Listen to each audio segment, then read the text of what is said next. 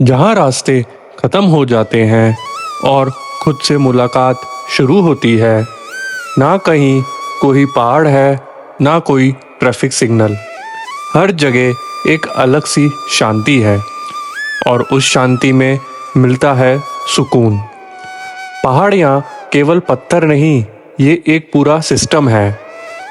ये है स्पीति वैली, एक जगह नहीं, एक फीलिंग है। धनकर से निकलते वक्त कुछ पीछे रह गया था। रास्ते में अब कुछ भी पहले जैसा नहीं था। गाड़ी चल रही थी पर हम रुक गए थे। स्पीति के रास्तों में मंजिल से ज्यादा ये सफर एक अलग सा सुकून देता है।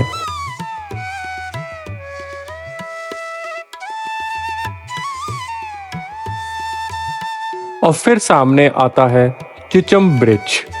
ये एशिया का सबसे ऊंचा सस्पेंशन ब्रिज है, जो सिर्फ एक रास्ता नहीं, ये लोगों के जीने का जरिया है। हवा तेज चल रही थी और हर कदम पर थोड़ा डर सा भी लग रहा था और साथ में एक्साइटमेंट भी था। नीचे गहरी खाई और ऊपर नीला आसमान। चिचम ब्रिज पर चलना ऐसा था जैसे जमीन से थोड़ा ऊपर चल रहे हो, पर सच में अंदर कुछ डीप कनेक्शन सा फील होने लगा। जब बीच में रुक के नीचे देखा, खाली था सब, बस ठंडी हवा और हम। वक्त काफी धीरे हो गया था। ये सिर्फ एक ब्रिज नहीं, ये स्पीति के लोगों से मिलने का जरिया है। अलग सी ताकत मिलती है यहाँ खड़े रहने से और सब कुछ छोटा सा लगने लगता है। ये ब्रिज 2017 में बना, 120 मीटर लंबा, 13,600 फीट की हाइट पर।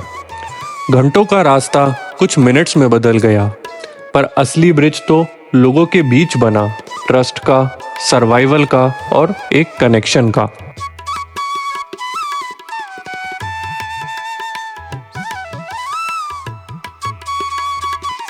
और फिर रास्ता जैसे ही घूमा, आगे एक हिल टॉप पे एक जगह दिखी जिसकी वाइट वॉल्स एक भूल भुलैया की तरह थी।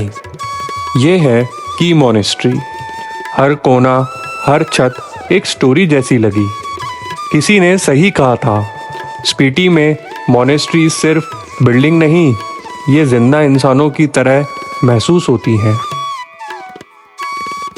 नीचे की स्लोप पे कुछ बच्चे क्रिकेट खेल रहे थे, सैफरॉन रोब्स पर हाथ में बैट और बॉल। कहीं स्पिरिचुअलिटी चल रही थी और कहीं बचपन। ये मॉनेस्ट्री 11वीं सेंचुरी में बनी। कभी हमले हुए तो कभी भूकंप आए, पर हर बार दोबारा बनी। हर लेयर में एक लेयर और छुपी थी। ये सिर्फ पास्ट की कहानी नहीं बताती, ये बताती है कि किस तरह कुछ चीजें गिर के भी खड़ी रहती हैं। मॉनेस्ट्री के अंदर जाते ही हवा रुक सी गई। ठंडी दीवारें, चारों तरफ शांति, लेकिन अंदर एक अजीब सी गुनगुनाहट चल रही थी। इधर एक अलग सी खामोशी थी और हम उस खामोशी को महसूस कर रहे थे। की मॉनेस्ट्री से निकलते ही रास्ते और ज्यादा सुनसान हो गए और सामने सिर्फ खुला आसमान था। स्पीति में कुछ जगह ऐसी होती हैं जहां जीपीएस भी खो सा जाता है। पर आप कहीं मत खोइए और ऐसे कंटेंट देखने के लिए द ग्लोब ट्रेल्स को अभी सब्सक्राइब करें। और फिर दूर से देखा, एक बुद्धा स्टैचू पहाड़ों के बीच में था। यह है लांगजा। गांव छोटा था, पर उस स्टैचू की प्रेजेंस बहुत बड़ी थी। ऐसा लगा जैसे वो हमें देख रहे हों, या हो सकता है वो हमेशा से यहाँ हो और हम पहली बार आए हों। स्टैचू के पास जाने का रास्ता थोड़ा चढ़ाई भरा था, पर हर कदम पर एक शांति सी थी।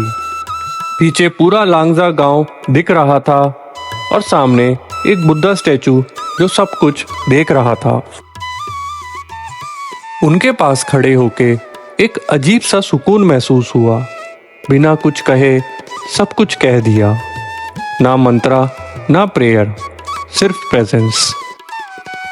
ये बुद्धा स्टैचू 2005 में बनाया गया था। इनका फेस की मॉनेस्ट्री की तरफ है, जैसे दोनों एक दूसरे से बात कर रहे हों। लांगजा के लोग कहते हैं जब से ये स्टैचू बना है गांव में एक अलग सा सुकून है। लांगजा से निकले तो रास्ते में और सूनापन सा आ गया। कहीं कोई पेड़ नहीं, ना कोई आवाज, बस रास्ते में चलती हुई हवाएं और हमारी गाड़ी। कभी कभी लगा क्या हम सही जा रहे हैं, पर फिर याद आया स्पीति का हर रास्ता कोई ना कोई खूबसूरत मोड़ पे ले ही जाता है।